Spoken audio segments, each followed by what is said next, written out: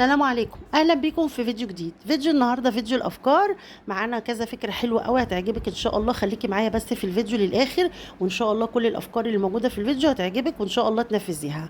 ولو انت اول مره تشوفيني ما تنسيش بقى تشتركي في القناه وتحطي لايك للفيديو وتدعميني وتتفرجي على الفيديو كامل، وكمان تكتبي لي كومنت من ايديك الجميله، وما تنسيش اللايك عشان ده فيه كل الدعم ليا عشان الفيديو يترفع ويبقى فيه مشاهدات. يلا بقى نسمي الله ونشوف الافكار اللي معانا في الفيديو النهارده. طبعا اول حاجه زي ما احنا شايفين كده الكيكه الجميله الحلوه دي كيكه التايجر. كيكه التايجر باتنين بيضه بس وكوبايتين من الدقيق عملناها. وعندك ان شاء الله الفيديو هتلاقيه عندك على القناه، انا هحط لك اللينك في صندوق الوصف تشوفي ازاي عملناها بالشكل ده، وكمان هقول لك كل التفاصيل في الفيديو ازاي تطلع معاكي بالشكل الجميل ده وسمك الخليط بحيث يطلع معاكي الشكل مظبوط زي ما انت شايفاه كده في اول الفيديو. ان شاء الله احط لك اللينك. ويلا بينا نخش على تاني فكره اللي هي صينيه الفراخ الحلوه دي هنعملها مع بعض. وانا كنت عامله جنبها فاصوليا بيضه وبتنجان مخلل وشوربه ورز، وهوريكي الطريقه ان شاء الله بالتفصيل بحيث تطلع معاكي صينيه الفراخ او صينيه الوراك يعني بالشكل الجميل ده وتستفيدي بالصوص بتاعها. ممكن نغمزه طبعا او ناكله مع الرز. اول حاجه هنجيب الكبه بتاعتنا كده ونحط فيها بصلايه متوسطه، وطبعا بتحطي البصل على حسب كميه الفراخ او الوراك اللي انت هتعمليها عندك. تمام كده هتحطي بقى البصل وتحطي معاه طماطميه ونبتدي نفرمهم. لو حابه تحطي قرن فلفل رومي حطي طبعا براحتك، وتبتدي تفرمي البصل فرم ناعم حلو قوي كده. وبعد كده هنجيب الصينيه بقى بتاعتنا اللي احنا هنعمل فيها الوراك، وهنبتدي نحط معلقه صغيره من الملح، معلقه صغيره من البصل البودر، وبهارات الفراخ برده معلقه صغيره. ما تنسيش بقى شويه من البابريكا، شويه من الفلفل الاسمر، وزي ما انتم شايفين البابريكا. وبعد كده بقى هنمسك البصل والطماطم اللي احنا فرمناهم فرم ناعم قوي في الكبه بتاعتنا. وزي ما قلت لك حابه تحطي فلفل رومي حطي زي ما انت عايزه يعني. ونبتدي نمسك بقى البصل والطماطم دول بقى اللي نزلوا الميه بتاعتهم بقى لما احنا ضربناهم كده في الكبه مع التوابل اللي احنا حطيناها دي، ونبتدي ندعك كويس قوي قوي قوي بحيث بقى ايه البصل والطماطم يشربوا الملح والتوابل بتاعتنا. وناخد بقى كده الوراك بتاعتنا طبعا غسلينها ومنضفينها كويس قوي بالملح وبالليمون وشطفينها ومصفينها، وناخدها بقى نمسكها ندعكها كويس قوي بالبصل والطماطم زي ما احنا شايفين.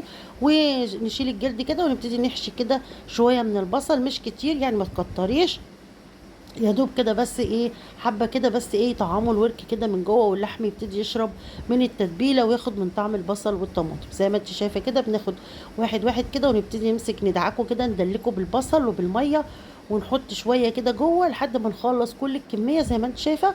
وطبعا لو انت حابه ان انت تسيبيها شويه كده قد نص ساعه على الرخامه كده تتشرب شويه سيبيها.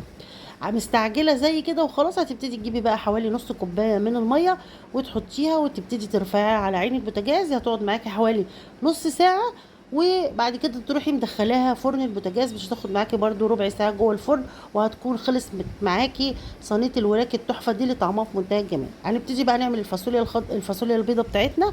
معانا هنا شويه من السمنه، شويه من البصل المتقطع مكعبات. بدأنا نقلبه شوية كده، نزلنا عليه بفص من الثوم وشوية من هريسة الشطة، معلقة صغيرة من الصلصة. وبعد كده هننزل عليهم بقى بالتوابل بتاعتنا اللي هي عبارة عن ملح طبعا وفلفل اسود. وما تنسوش كمان انا حطيت نص مكعب من مرقة الخضار بس نسيت اقوله.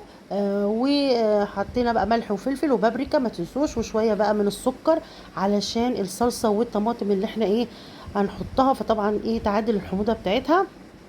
وهنبتدي نقلب كل التوابل دي مع بعض مع السكر كده لحد ما يدوبوا اهو المكعب اهوت. وبعد كده هنبتدي ننزل بقى بنص شفشق مضروب قوطه يعني مضروبه في الخلاط، وهنبتدي نسيبها بقى لما تتسبك كويس قوي. وبعد كده هنبتدي ننزل بقى بالفاصوليا بتاعتنا ونقلبها ونشوفها كده لو محتاجه شويه من الميه نزودها او شوربه حسب المتاح عندك طبعا. خلاص كده في الوقت ده بقى اعمال ما الفاصوليا كانت بتستوي صينيه الوراك خرجت معانا زي ما انتم شايفين. وانا كنت عامله بقى رز بالشعريه، وكان عندي هنا شويه شوربه حلوين عملتهم بلسان العصفور. وزي ما انتم شايفين الاكله بتاعتنا خلصت وكانت في منتهى الجمال وسهله وسريعه. وزي ما انتم شايفين تغيير برضو كل مره ما نعمل الفراخ مسلوقه او نحمرها او نعملها معرفش ايه، لا احنا المره دي بقى عملناها بطريقه جديده. وعايزه اقول لكم الطريقه دي حلوه جدا وانا معتمداها من سنين وبحبها وولادي بيحبوها لان طعمها بيبقى حلو جدا وبتدينا طعم وريحه الشوي وفي نفس الوقت بتبقى سهله وسريعه. بحيث لو انت ما عندكيش فرخه كامله يعني عايزه تشويها، عندك وراك، هتقدري تنفذي الفراخ في الوراك دي في الصينيه كده وتعمليها على طول. تمام كده. نخش بقى على الفكره التانية اللي معانا. معانا هنا الكبه بتاعتنا كنا فارمين فيها حوالي نص كيلو من الصدور الفراخ، او حسب الكميه اللي عندك، ربع كيلو، نص كيلو، حسب بقى الكميه اللي انت عايزه تعمليها. جبنا كده بصلايه وضربناها مع قرن فلفل حار وقرن فلفل رومي. ضربناهم كويس قوي كده لحد ما يعني تنعموا كويس، لان احنا هنبتدي نعصرهم وناخد التفل، فعايزين البصل يكون ناعم قوي علشان ما يبانش مع الفراخ المفرومه بتاعتنا، لان احنا هنعمل كفته بس ايه، بدل ما نعملها صوابع يعني هنعملها كور من الكفته. هنشوف مع بعض الطريقه.